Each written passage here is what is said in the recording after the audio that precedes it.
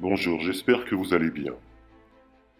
J'ai réceptionné un appel ce matin, celui d'une personne que vous connaissez certainement sur YouTube, avec une demande, celle de commencer à médiatiser une affaire.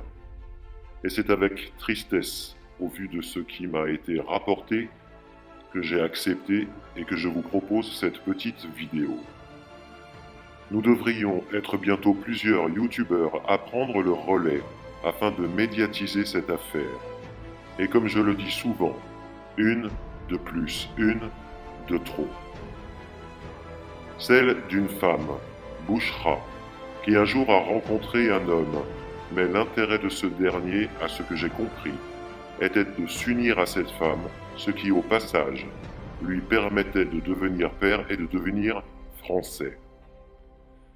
Suite à des problèmes judiciaires, le père a été emprisonné et ne semble pas, du reste, avoir spécialement d'amour pour ses enfants. Il s'en est suivi, à cause de cette actualité, que les services sociaux sont intervenus et ont décidé de séparer les enfants de leur mère. Ils avaient 9 et 12 ans en 2016 quand Laz a décidé d'enlever les enfants de leur maman. S'en est suivi un combat, celui de cette mère bien décidée à récupérer ses enfants. Je vous rappelle que certaines personnes font des burn-out ou des dépressions, rien qu'avec des problèmes liés au travail. Alors imaginez ce que peuvent ressentir les mères quand l'institution décide de leur enlever leurs enfants.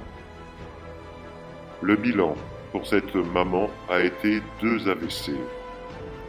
Laz est même venu faire des pressions sur la maman alors qu'elle était hospitalisée.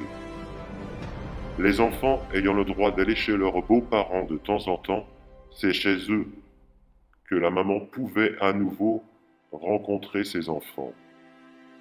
Le Covid est arrivé et avec ce dernier le confinement qui aura permis aux enfants de rester plus longtemps chez les beaux-parents. Mais Laz et ses mercenaires ne pouvaient l'entendre ainsi.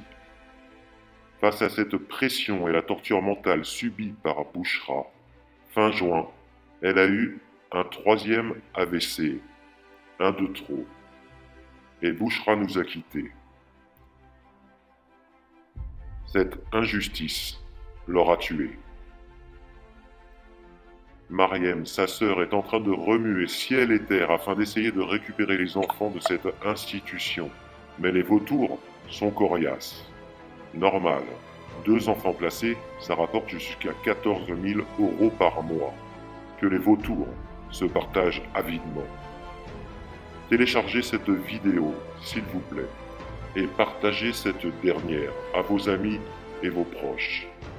Bientôt, d'autres que moi vont prendre le relais, afin de médiatiser cette affaire. Une de plus, une de trop. Et n'oubliez pas, le 6 septembre, ce rassemblement afin de dénoncer la pédocriminalité et justement les placements abusifs de Laz. Prenez soin de vous et de vos proches. À très bientôt, ici ou ailleurs. Portez-vous bien.